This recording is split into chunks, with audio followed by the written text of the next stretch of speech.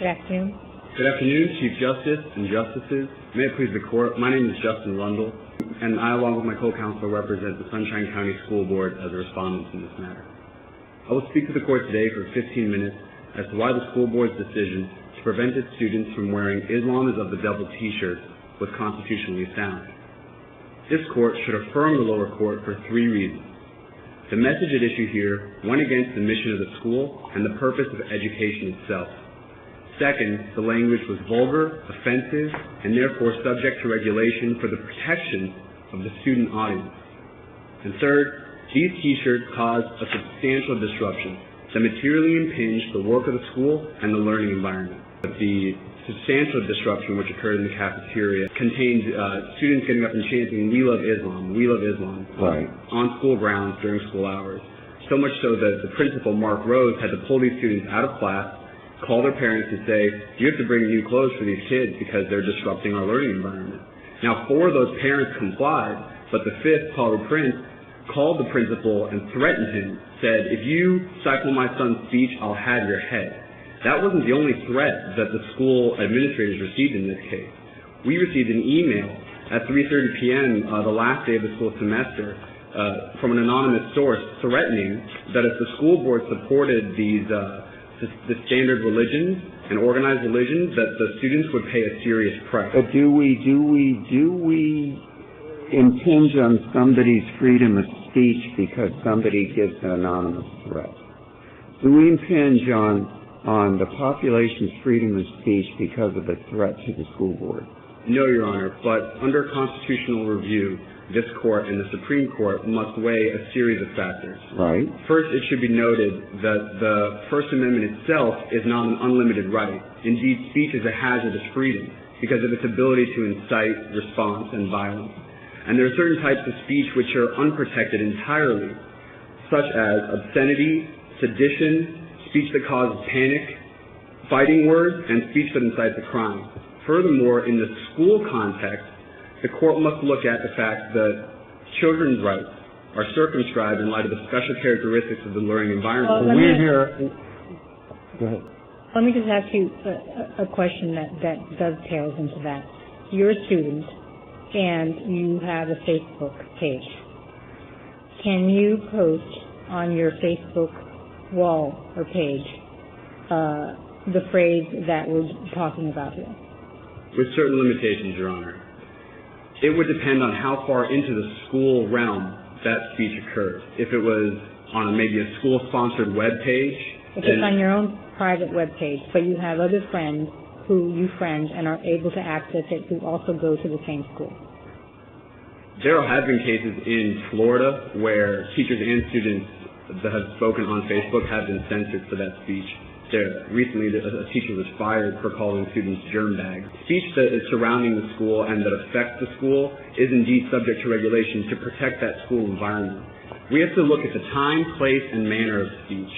The time and the place are in the school during school hours. But you agree that in the Frazier case that was clarified in Morse by Justice Roberts, that he specifically said that if it was outside the school context, it would have been protecting Frazier's speech. Indeed, Your Honor. And the issue we're discussing today is whether or not the school dress code may be properly applied to control what the students are wearing inside of school. The injunction was spoken to previously. Counsel, we're here on de novo review, correct? Indeed, Your Honor.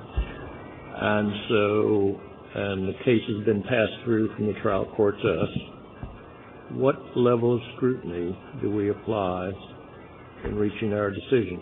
The most appropriate level of scrutiny in this case would be intermediate, Your Honor, not the strict scrutiny suggested by my opposing counsel.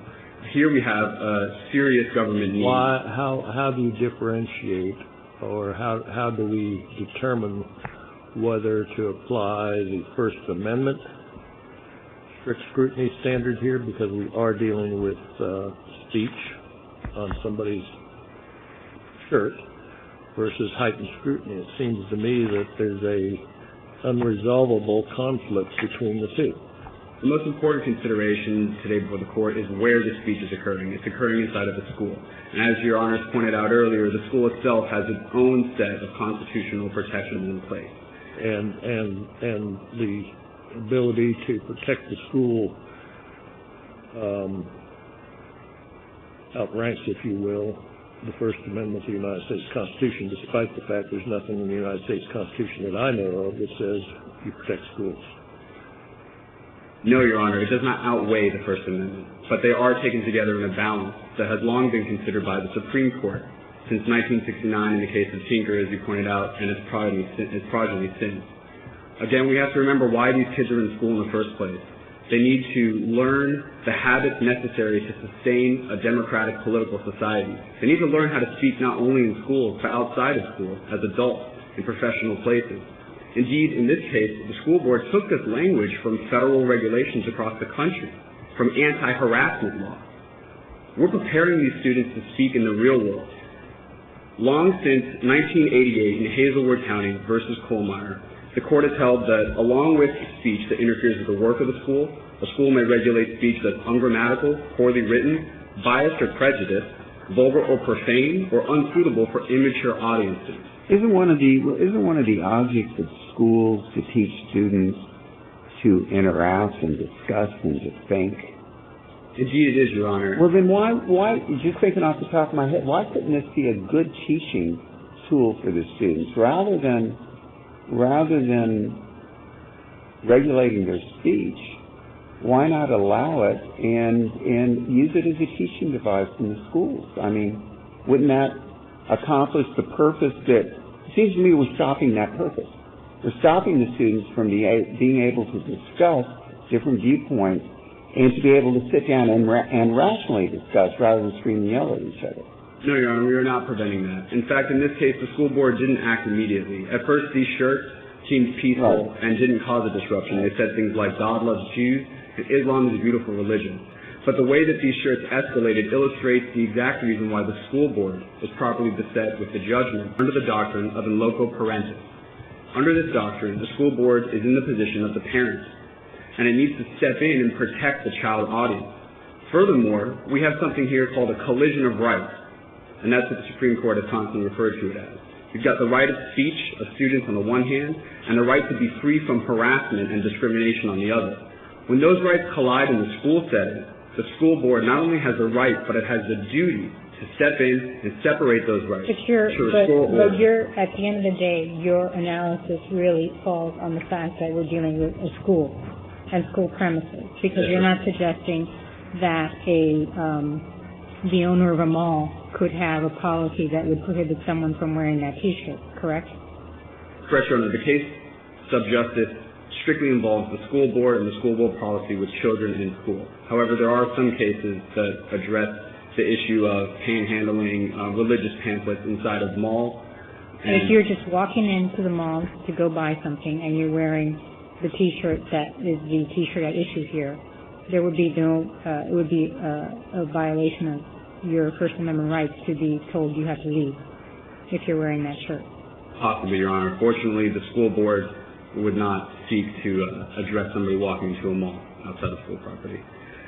In 1986, the case that Your Honor has brought up, Bethel School District v. Frazier, the Supreme Court stated loud and clear that speech that intrudes upon the work of the school or the right of other students is subject to regulation. And that's clearly what we have before us today.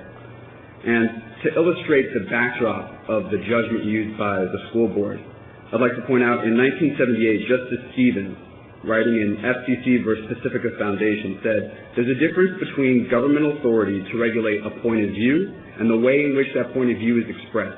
And that's precisely the issue here, Your Honor. We want to encourage these students to engage in debate, but in a peaceful way and in a controlled way when they're in a school environment. We can't have children running around and yelling at their masters and going against the discipline of the school. These children have a right to education. I was just going to ask you, in looking at the cases that refer to the impinging on the rights of other students.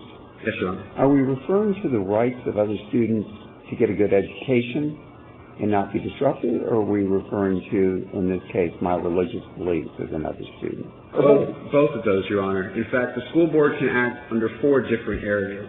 They can act as teacher, they can act as editor, they can act as an institution, and they can act as a parent. Those 4 concepts have been clearly established by the Supreme Court over the last 50 years. Today, this court need look no further than the Northern District of Florida, where 9 months ago, a case nearly indistinguishable from the case at bar was decided in the Northern District. There, the same IIOTD initialism was flaunted by students in the hallways, and the school board acted to stop that t-shirt from being worn. Judge in that case aptly pointed out that this policy was similar to many anti-harassment and anti-discrimination laws across the country. And he said, to quote, "The government's interest in protecting children from hateful speech at school is no less compelling than the government's interest in protecting adults from unreasonable harassment at work." And again, that's because we always must analyze the time, place, and manner of this speech. And as Your Honor pointed out, these students have a right to be free from harassment. They have a right to a solid and peaceful education. This hate-filled, discriminatory speech has no place in school.